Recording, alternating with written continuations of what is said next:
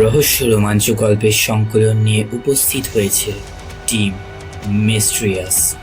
আমাদের আজকের নিবেদন ও হেনরির লেখা গল্প অবলম্বনে দ্য ডিটেকটিভ ডিটেক্টর। ও হেনরির প্রকৃত নাম উইলিয়াম সিডনি পোর্টার। মাত্র ৪৮ বছরের স্বল্পস্থায়ী জীবনে তিনি বিশ্ব সাহিত্যে রেখে গেছেন এক চিরস্থায়ী ছাপ। তার গল্পগুলির প্রধান বৈশিষ্ট্য হল কাহিনীর আকস্মিক দিক পরিবর্তন ও নাটকীয় পরিসমাপ্তি। তার রচিত বিখ্যাত বইগুলি হল cabbages and kings, rules of destiny ইত্যাদি। আজকের গল্পটি আমরা নিয়েছি কিশোর ভারতী পত্রিকা থেকে। গল্পের বাংলা অনুবাদক অভিক মুখোপাধ্যায়, গল্প পাঠে আদিত্য এবং অঙ্কিত, গল্পের সূত্রধার আমি মৃদু। শুরু হচ্ছে আজকের গল্প দ্য ডিটেকটিভ ডিটেক্টর।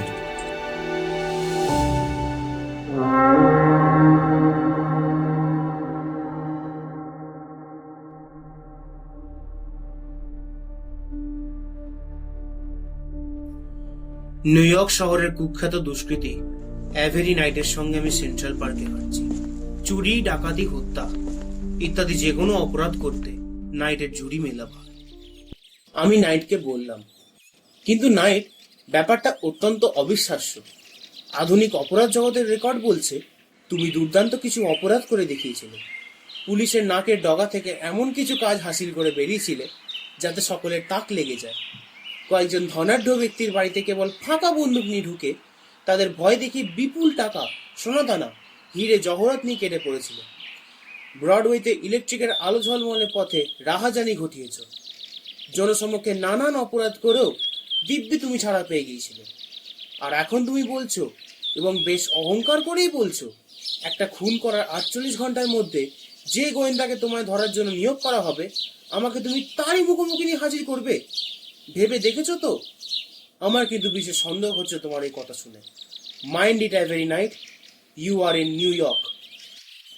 নাইট অল্প হাসলো, তারপর যে সুরে উত্তরটা দিল তাতে আমার প্রায় মাথা অব্দি জ্বলে উঠল। ডাক্তার, তুমিও ভুলে যাচ্ছ যে আমি একজন পেশাদার অপরাধী। আমার অহংকারে ঘা দিচ্ছ তুমি। বিশ্বাস তোমাকে আমি করিয়েই ছাড়ব।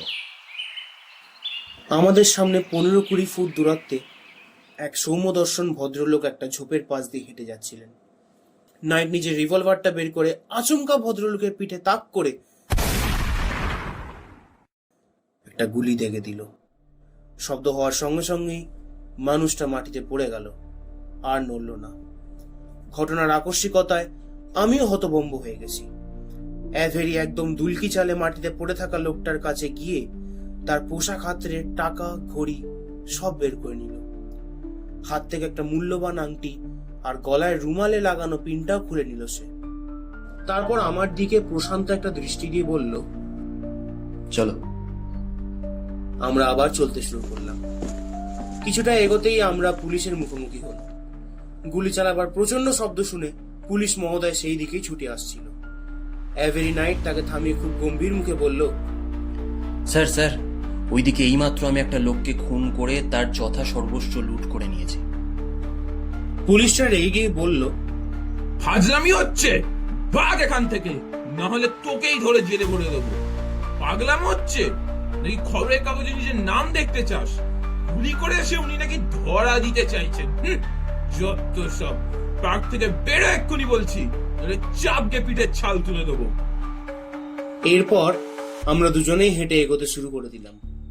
আমি নাইটকে বললাম, তুমি যেটা করেছো সেটা আহামরি কিছু ব্যাপার নয়, তবে এইবার তোমার পিছু নেওয়ার জন্য যে গোয়েন্দাটাকে পাঠানো হবে তার খোঁজ নিতে গিয়ে দেখবে বেশ কঠিন চ্যালেঞ্জ হাতে নিয়েছো। নাইট নির্লিপ্ত ভঙ্গিতে বলল, হতে পারে। স্বীকার করছি যে আমার সাফল্য নির্ভর করবে ওদের দ্বারা নিযুক্ত ব্যক্তির মেধার উপর। তার উপর সাদা পোশাকে থাকা লোকের ওপরে আমি নজর রাখতেও পারবো না। আর যদি আমার মেধাকে সম্মান জানিয়ে কোনো নামজাদা গোয়েন্দাকেই কাজে লাগায়, তবে আমি আমার সমস্ত চাতুর্য এবং ক্ষমতা কাজে লাগাতে একটুও দ্বিধাবোধ করব না। পরের দিন বিকেলে নাইট তার মুখে তৃপ্তির ছাপ নিয়ে আমার কাছে এলো। আমি প্রশ্ন করলাম, কি সেই হত্যাকাণ্ডের কিছু খবর পেলে নাকি? নাইট সামান্য হাসলো তারপর বলল, ওই যেমন হয়ে থাকে। আজ সকালে আমি পুলিশ ফাঁড়ি আর করোনারের বিচারে ডাক পেয়ে গিয়েছিলাম। সম্ভবত আমার নামধাম লেখা কার্ডের একটা বান্ডিল লাশটার কাছে পাওয়া গেছে। আবার গুলির দৃশ্য দেখেছে এমন 3 জন সাক্ষীও জোগাড় হয়েছে। তার আমার চেহারার বিবরণ পুলিশকে দিয়েছে। বিখ্যাত গোয়েন্দা শ্যামরাগ জোন্সকে এই কেসটা তদন্ত করতে দেওয়া হয়েছে। হাতে কেসখানা পেয়েই গোয়েন্দা প্রবর ঠিক 11:30টায় অফিস থেকে বেরিয়ে পড়েছেন। আমি দুপুর 2টো অবধি আমার ঠিকানায় অপেক্ষাও করলাম, এই ভেবে যে যদি সাহেব পায়ের ধুলো দেন। অন্তত 15-20 দিন না কাটা অবধি তুমি জোনসের দেখা পাবে না। খুনের কথাটা সবাই না বলা অবধি তো নয় বটেই। আমি বিদ্রুপ করে হাসলাম। তারপর বললাম, নাইট, তোমার বিচক্ষণতা সম্পর্কে আমার উচ্চ ধারণা ছিল। যে 2.5 ঘন্টার সময় তুমি তার জন্য অপেক্ষা করেছো, তার মধ্যেই সে তোমাকে টপকে গেছে। এখন সে বিশুদ্ধ আরোহ পদ্ধতি প্রয়োগ করে তোমার পিছনে লেগে থাকবে, এবং এইভাবে এটুলির মতো লেগে থাকার পর তুমি কখনোই তার কাছে হাজির হতে পারবে না। কাজেই নিজের রণে ভঙ্গ দাও বন্ধু। শোনো ডাক্তার, যদিও তোমার শহরে এমন ভুরি ভুরি নজির আছে যে হত্যাকারী তার অপকর্ম করার পর নিজের মামলার ভারপ্রাপ্ত গোয়েন্দার সঙ্গে আর দেখা করতে পারেনি, তবু আমি তোমার সামনে প্রতিজ্ঞা করে বলছি, সে নজির আমি ভেঙে দেব। আগামীকালই তোমাকে ওই শ্যামরাগ জোন্সের মুখোমুখি নিয়ে গিয়ে হাজির করব। তোমার সামনে আমি তার মুখোশ টেনে খুলে দেব এবং প্রমাণ করে দেখাবো যে তোমাদের এই নিউ ইয়র্ক শহরের একজন পুলিশ আধিকারিক এবং একজন হত্যাকারীর পক্ষে মুখোমুখি দাঁড়ানোটা অসম্ভব কিছুই নয়। আমি বললাম, করে দেখাও প্রমাণ। তাহলে নিউ ইয়র্ক পুলিশের তরফ থেকে আন্তরিক ধন্যবাদ তোমার পাওনা থাকবে।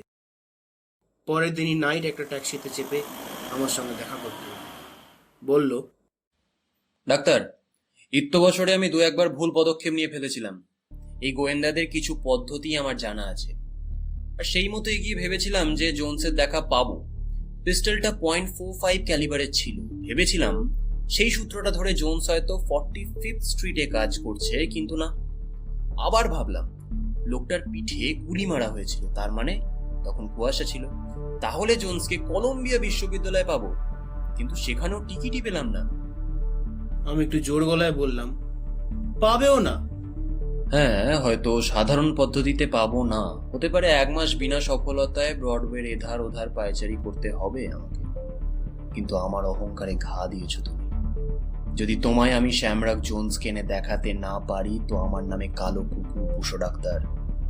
বোকা বোকা কথা বলো না। তুমি যে গোয়েন্দাকে খুঁজছো তার সংস্পর্শেও আসতে পারবে না। আভেরি নাইট খানিকক্ষণ কিছু একটা ভাবলো। Got it. ঝলমলে চোখ তুলে আমার দিকে তাকালো। নিজের হ্যাট মাথায় পরে নাও, এসো আমার সঙ্গে। কথা দিচ্ছি বন্ধু, আধা ঘন্টার মধ্যেই শ্যামরাগ জোন্স আর তুমি মুখোমুখি থাকবে। আমি অ্যাভেরি নাইটের সঙ্গে একটা ট্যাক্সিতে গিয়ে উঠলাম। ড্রাইভারকে সে যে কি বলল তা খেয়ালও করলাম না। বেশ গতিময় ভাবে গাড়িটা ব্রডওয়ে দিয়ে কিছুটা এগিয়ে একটা মোড়ে ঘুরে 5th অ্যাভিনিউতে ঢুকে উত্তর দিকে এগোতে লাগলো। আমি চলেছি একজন দুর্ধর্ষ অপরাধী হত্যাকারীর সঙ্গে, যার অত্যম্ভূত বিশ্লেষণ ক্ষমতা এবং আত্মবিশ্বাস বারংবার আমার সামনে প্রতিজ্ঞা করে চলেছে যে নিউ ইয়র্ক শহরের সেই গোয়েন্দার সঙ্গে আমার সাক্ষাৎ করিয়ে দেবে, যে কিনা তারই কেসের দায়িত্বভার গ্রহণ করেছে। আমি বিশ্বাসই করতে পারছি না যে এমন একটা কাণ্ড সে ঘটিয়ে চলেছে। আমি বললাম, তুমি কোনো ফাঁদে পা দিচ্ছ না তো? ধরো, তুমি যে সূত্র ধরে এগোচ্ছ সেটা ধরেই যদি স্বয়ং পুলিশ কমিশনার সদল বলে আমাদের সামনে এসে হাজির হন। মাই ডিয়ার ডক্টর, তোমাকে কি এটা মনে করিয়ে দিতে হবে যে আমি কোনো জুয়ারি নই? নাইট ধরা ধরা গলায় কথাগুলো বলল। মাফ করো, তবে সত্যি বলতে কি, আমার এখনো অবধি মনে হচ্ছে তুমি ওই জোনসের সাক্ষাৎ পাবে না। অ্যাভিনিউর একটা দুর্দান্ত সুন্দর বাড়ির সামনে এসে আমাদের ট্যাক্সিটা দাঁড়ালো। বাড়ির সামনে একটা লম্বা চওড়া লোক পায়চারি করে চলেছে। লাল গোফ, তার কোটের বুকের কাছে বাঁ দিকে নিউ ইয়র্ক শহরের গোয়েন্দাদের সেই পরিচয় সূচক চিহ্নটা লাগানো। মুখ পোছার জন্য লোকটা নিজের লাল রঙের গোফটা একবার খুলে সঙ্গে সঙ্গেই পড়ে ফেলল, আর আমিও টুক করে চিনে ফেললাম তাকে। নিউ ইয়র্ক শহরের নামজাদা গোয়েন্দা স্যামরক জোন্স সুন্দর বাড়িটার জানলা দরজার দিকে নজর রেখেছে। অ্যাভেরির গলায় স্পষ্ট বিজয়ী ভাব। কি ডাক্তার, পারলাম তো? ট্যাক্সিতে ফেরার পথে আমি আর নিজে উত্তেজনা চেপে রাখতে না পেরে জিজ্ঞাসা করেই ফেললাম, আশ্চর্য ব্যাপার, এটা তুমি কি করে করলে? আরোহণে কোন পদ্ধতিতে? ডাক্তার, ওসব পদ্ধতি গোয়েন্দাদের জন্য হয়ে থাকে। আমি অত্যাধুনিক। সূত্র ধরে না এগিয়ে আমি একটা সিদ্ধান্ত নিয়ে ফেলি। বুঝিয়ে বলি তোমায়। প্রথমত আমি ভেবে নিলাম যে যেহেতু হত্যাকাণ্ড শহরের বুকে দিনের বেলায় ঘটেছে, তাই সুদক্ষ গোয়েন্দাকেই এই কেসের দায়িত্বভার দেওয়া হবে। অতীতের উদাহরণ টেনে দেখো দেখি আমি খুব ভুল কিছু বলেছি নাকি। আমিও নাছর বান্দা বললাম, হয়তো তাই, কিন্তু যদি ধরো বিগ বিল ডেভ। থামো গুরু, থামো। ওসব অনেক শুনেছি, পুরনো হয়ে গেছে। আমার কথা শোনো। সে বলতে লাগলো, আমার যুক্তি হচ্ছে, যদি সেরা সেরা গোয়েন্দাদের কাজে লাগিয়েও হত্যাকারী অধরাই থাকে, তাহলে অবশ্যই স্বীকার করে নিতে হয় যে তারা ভুল পথে এগোচ্ছে। শুধু ভুল নয়, একদম উল্টো পথে। আর এটাই আমার সূত্র। লোকটাকে আমি কোথায় হত্যা করি? সেন্ট্রাল পার্কে, রাইট? এইবার তোমার সামনে আমি নিজের একটা বর্ণনা দিতে চাই। আমি লম্বা, আমার মুখে কালো দাড়ি আছে, আত্মপ্রচারে আমার ভয়ানক বিতৃষ্ণা। বড় মুখ করে বলে বেড়াবার মতো টাকা কড়িও আমার নেই। জইয়ের কোনো খাবারই আমার পছন্দের তালিকায় পড়ে না। আর আমার জীবনের একটা উচ্চাকাঙ্ক্ষা হলো বড়লোক হয়ে মরা। আমি স্বভাব শীতল এবং হৃদয়হীন ব্যক্তি। স্বগোত্রের মানুষজনদের জন্য আমার বিন্দু মাত্র ভ্রুক্ষেপ নেই এবং ভিখারিদের একটা ফুটো পয়সাও দিই না। দান ধ্যানের কোনো বালাইও নেই। একবার থেমে আবার অ্যাভেরি বলা আরম্ভ করল, বুঝলে ডাক্তার, যা বললাম তা হলো আমার হুলিয়া এবং চরিত্রের সত্যিকারের বিবরণ। এই ধূর্ত গোয়েন্দা প্রবরের কাজ হলো এই সব কিছুকে সন্ধান করা। নিউ ইয়র্ক শহরের সাম্প্রতিক অপরাধ জগৎ সম্পর্কিত গবেষণা সম্পর্কে তুমি ওয়াকিবহাল। তাই এই অনুসন্ধানের ফলাফল আগে থেকেই তোমার অনুধাবন করতে পারা উচিত। আমি সেদিন প্রতিজ্ঞা করে বলেছিলাম, যে গোয়েন্দাকে আমার পিছনে লাগানো হয়েছে তোমার সামনে আমি তাকে উপস্থিত করব। তুমি কিন্তু আমাকে উপহাস করেছিলে, কারণ তোমার বক্তব্য ছিল নিউ ইয়র্ক শহরে কখনোই গোয়েন্দা আর হত্যাকারীদের সাক্ষাৎ হয় না। কিন্তু আমি দেখিয়ে দিলাম যে সেটা হয়, সম্ভব। আমি আবার জিজ্ঞাসা করলাম, কিন্তু এটা কি করে করলে সেটা তো বলো। খুবই সহজ। আমি ধরেই নিয়েছিলাম যে গোয়েন্দা যে সূত্রগুলো পেয়েছে তার ঠিক উল্টো দিকে ছুটবে। একটু আগে আমি তোমাকে নিজের একটা বর্ণনা দিয়েছি। কাজেই গোয়েন্দা প্রবর অবশ্যই এমন এক ব্যক্তির সন্ধান করে বেড়াবে যার চেহারা বেটে খাটো, মুখে সাদা দাড়ি, সবসময় প্রচারের আলোয় থাকতে পছন্দ করে, বিরাট বড়লোক, জইয়ের খাবার ভালোবাসে, গরিব হয়ে মরতে চায়, উদার এবং সদাশয় ব্যক্তি। এই অবধি পৌঁছে যাওয়ার পর আর আমার মনে কোনো দ্বিধা রইল না। নিজের চোখেই দেখো, শ্যামরাক জোন্স অ্যান্ড্রু কার্নেগির বাড়ির সামনে তাল ঠুকছে। নাইট, তুমি সত্যিই জিনিয়াস। মাথায় পেরেক ঢোকালে স্ক্রু হয়ে বেরিয়ে আসবে, পাক্কা ঘোরে। অপরাধ জগতের লোক না হলে পুলিশ ফাঁড়ির পক্ষে তুমি সেরা টিকটিকি হতে।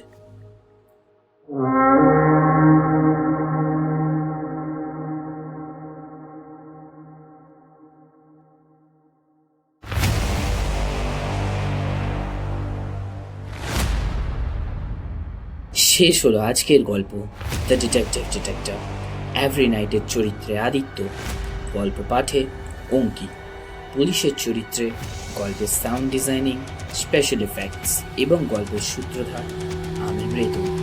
গল্পটি ভালো লাগলে চ্যানেলটি সাবস্ক্রাইব করার অনুরোধ রইল ভবিষ্যতে সকল গল্পের আপডেট পাওয়ার জন্য। পরবর্তীতে আরও একটি রহস্য রোমাঞ্চকর গল্প নিয়ে উপস্থিত হবে টিম মিস্ট্রিয়াস।